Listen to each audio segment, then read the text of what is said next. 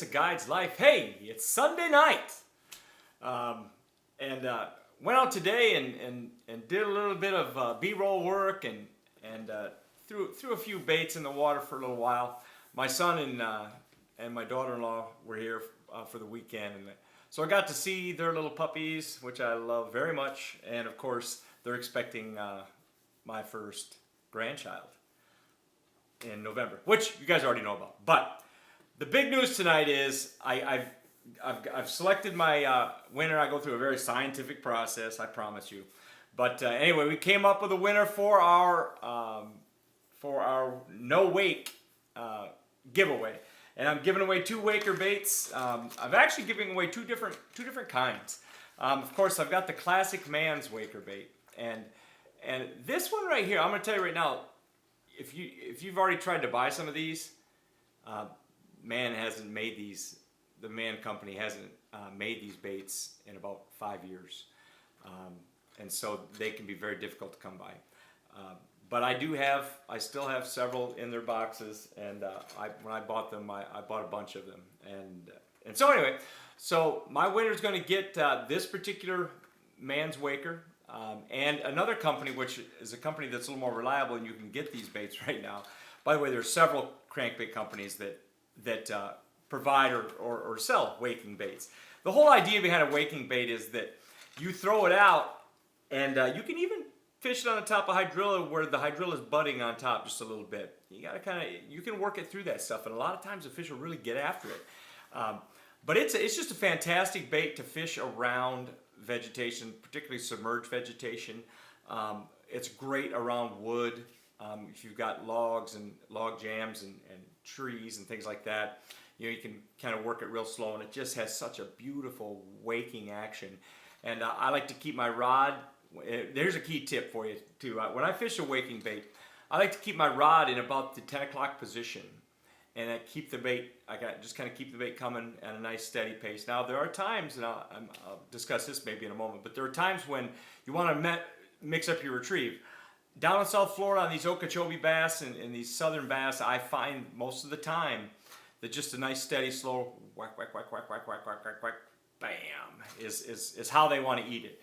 I did have one day that was a really kind of a spectacular thing. Every once in a while when you throw these waking baits, they'll kind of twist in the wind, and sometimes the hook will catch the line or something, and you know the bait will come swimming back to you just like that. And one day I was a little frustrated. I made a cast, and as soon as 2 turns, I could see it was spinning. I'm like, doggone it. And so I start reeling it really fast. Just go, and the bait's just going across the surface. And it gets about 10, 12 feet from the boat, and I'm just about ready to just kind of pull it up. And I caught a 5-pounder. I mean, which goes to show you, I'm going to tell you, it proves one idea, and that is that if a big bass wants the bait, or any bass for that matter, you probably can't reel it fast enough to get it away from them if they really want it. And it was just instantly in my head it triggered. I'm like, good Lord. And I started throwing the thing out. Now I wasn't twisting it, but I was throwing it out, and instead of doing that steady retrieve, man, I was just cranking it as fast as I could. And it seemed like every time it would spit and hop out of the water a couple times, I got hit. I caught 26 bass in the next 35, 40 minutes in that location. This was last year, actually. But it's also, this is the only crankbait I've ever used. It was actually the Man's version of this. The only crankbait I've ever used where I caught 2 bass on the same lure, and I have a picture of that. And if I have it on the computer, I'll throw it on the video so you can see the pic. Maybe, in fact, maybe I'll put it right here, right in this area here. If you don't see it, it's because I didn't have the picture on the computer. But anyway, but I caught a 3-pounder on the front hook and about 1.5 pounds, 1.5 pounds on the back hook on that deal. But it's just a great way to catch the fish. If they'll bite, I find that if they'll bite a horny toad or a frog or a buzzbait, they'll eat these things as well. And what I like about the reason I throw them so much is that you don't miss very many fish. Now, you don't always land them, but they generally get themselves hooked up pretty good. You know, they get hooked. And that's really key, is when you get those bites, especially in a tough fishery, you want to get a bite, you want to catch a fish. You want to put your hands on the fish. So I like the treble hooks for that and whatnot. I've had big days with customers, my guests, of course. I call them guests, not customers, but with my guests fishing. Alan Randolph. You know Alan, the guy I'm doing with the bass boat backing up thing? My son sent me a message and said, and this may be it, but he said, man, that is hilarious. He said, it's like watching the Red Green Show, and I don't know if you guys know who Red Green is, but that was something we watched up north many years ago. And anyway, but Alan, we met through a guide trip. He had hired me to take him out, and we actually caught almost all of our fish on a man's waker bait. And he caught an 8-pound, 7-ounce bass on what might have been the very last cast of the day, right as the sun was starting to dip into the water, so to speak.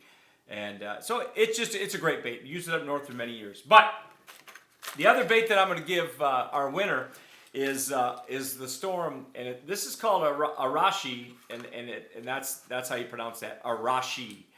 And the only reason I know that is because they actually have the pronunciation on the back of the package. I don't know why. But anyway, why they didn't call it something that didn't need translation. But doesn't matter. These are really, really good baits. In fact, they're far superior to the quality of the man build. The hooks are fantastic on this bait. It's got the circuit board lip, which has really become popular with crankbaits now, and a lot of high-end crankbaits where they have that real thin, really tough plastic that they use. And what I like about this one too is this has a self-tuning line tie. And when you look at these baits, you'll see that it basically, because of the way it's designed, it won't go out of tune. It'll always be in tune. And there's some science behind it. They've got, when you look at it, the science behind the whole thing is the fact that they've got them moving. It's almost like on a spring action here. You know what? You'll see it. But these baits, you can get these. At all the major retailers have this line of baits, and I guess what I want to say most of all about the whole waker thing, and the reason I'm giving away these waker baits is, if you're not throwing one of these things, if this isn't part of your arsenal, you need to start throwing these. I've used them on smallmouth, largemouth, from northern Michigan all the way to south Florida, and a few stops in between. But at the end of the day, these babies are righteous. They're spot on. They work. They flat out catch fish. I've had a couple of friends who fished in some of the same areas that I have been, and they're telling me, look, we fished. In fact, the one day Captain Gary Long called me and said, "Hey Dave, I was in Harney Pond today, and you may want to go somewhere else." He said, the bite just wasn't happening there. But I didn't get his message, and I was already at Harney Pond, and we wound up catching. It was one of the trips here that we had. I think it might have been the night of the gun show. No, I think it was the next day actually. But we caught 17 or 18 fish that night. But we caught them all on waker baits and not the swimming worms and some of the other things that guys that are so popular with guys. So I know who's the winner. Who's the winner chicken dinner? Well, it's actually John Tavano. John Tavano. Now I do know John personally, and I almost went through the process and selected another winner, but man, that's just not cool either, John's a very good friend of mine, and but he's also a subscriber, and he watches all the videos and all that kind of stuff. So John boy, he's never even seen me throw these, but John, these are yours, brother. But in order to get them, you're going to have to send me your address and all that other stuff, just like the rest of the world does. But hey, guys, throw a comment out there and give John a congratulations. These are nice baits, and so I'm excited. I'm excited to give things away like this, and this is no different. Oh, by the way, hey, just not for nothing. You can see my lip. It looks like maybe I got a sun blister or something. Nah. So the other day I'm putting the cover on my boat, and one of the Velcro straps is up underneath. These Ranger covers are big, bulky things, and I got a hold of this thing. You know where I'm going with this. I pulled on it once, and I pulled on it, it cut loose, and I punched myself right in the mouth. I mean, I tore a chunk of lip off, and it was bad. So I come in, and of course, I'm like, my God, man, that might be the hardest I've ever been hit. And of course, I've got a little chuckle from the peanut gallery over there, AKA Mrs. Schneider, and she said, well, it can't be the hardest you've ever been hit. And anyway, there's an inside joke there, and I'm not going to say any more about that. But it's not really all that much of a joke. But anyway, it's funny. Laugh with me because it's funny. Anyway, there's a couple other things I want to talk about tonight before I let you go. I'm going to show some football tonight and do some things like that. But there were a couple of things. One of you guys asked me if I would talk for a minute about the difference or the pros and cons of using baitcast reels versus spinning reels. And I'm going to tell you that both the baitcast and the the level line baitcast and the spinning reel, they both have their strengths and their weaknesses. I fish both, and I will actually pitch and flip with a 7.5 foot spinning rod, and with with about a 4,000 series or 3,500 or 400 or 40 series reel, which is a bigger reel, and I'll put 50-pound braid on it, and I'll pitch and flip. Now, one of the things I like about being a bass fishing and using spinning gear is I'm not one of those guys. There's some really gifted dudes out there who can skip up under docks and fish up under things, without any problems with their bait casting equipment. I've just never really mastered that, to be very honest with you. And my solution was to do that with a spinning gear. So I would take my spinning gear, and you can skip that stuff. And I'd skip my baits all the way up under docks, 10, 15, 20 feet sometimes. And it's just like skipping a stone, man, whether it's a worm or a jig or whatever. It just and on the spinning gear, you get a good, heavy, good quality spinning rod. And there's really, the general idea is you have more power and control. But the truth is, it's really, the decision about bait casting gear over spinning gear really should be not about casting control and things like that. Well, no. Fish fighting control. It's not really about that so much. It's about casting. It's about, your decision should be based on what's the best way for me to get my bait to the fish. Because you can make up the other things. I mean, look, most of the saltwater fishing I do is with, I've got a 12 pound rig and a 20-pound rig in spinning. And I do most of my saltwater fishing with those two deals. Now I've showed you my Saltis stuff. I've also got the big Daiwa Saltis level or 2-speed bait cast style reels for saltwater, and big short stout jigging rods that are like pool cues and whatnot. And so but at the end of the day, really it's about presentation, lure presentation. You want to use the rod that helps you present the lure the best, or the reel. If you're throwing real light baits in windy situations, a lot of people believe that a spinning rod is maybe outperform a bait casting rod. There's probably some truth to that. But at the end of the day, I think you can fight the fish either way. I really do. I've caught a lot of fish pitching and flipping with spinning gear. And I remember back at many years ago, Roland Martin was doing that on TV. He was pitching and flipping with spinning gear. So it's something. It's one of those things. I really think you need both. To be very honest with you, I think you need both.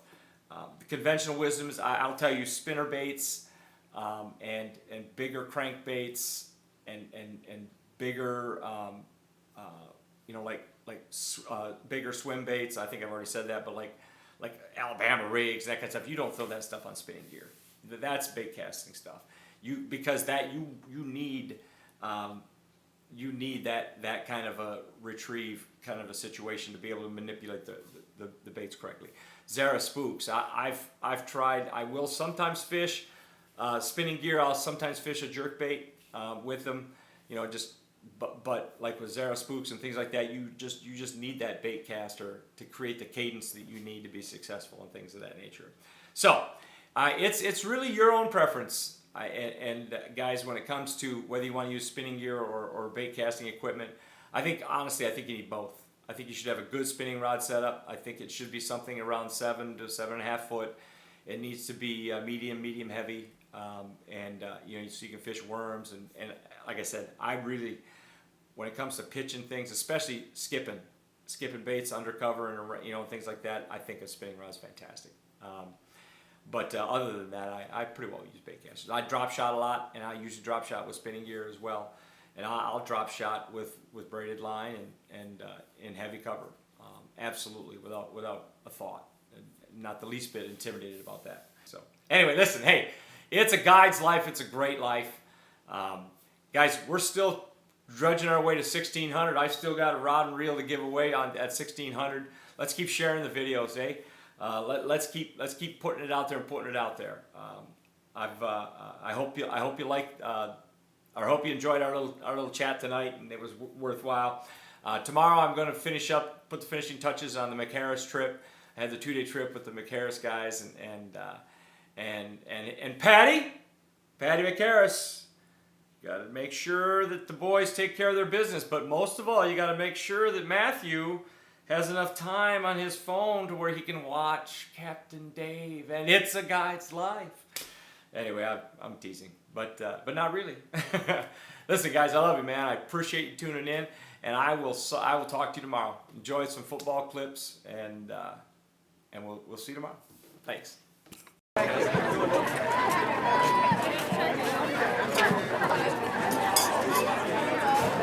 Get on, there you go. You got it. 0.7 jet.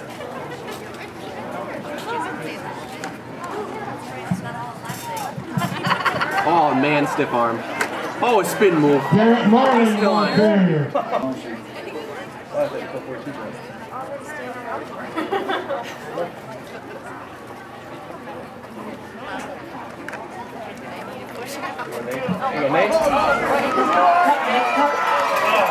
Nate Pettis.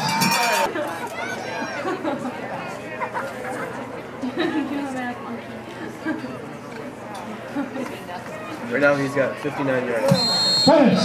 Nathan Pettis in the end zone.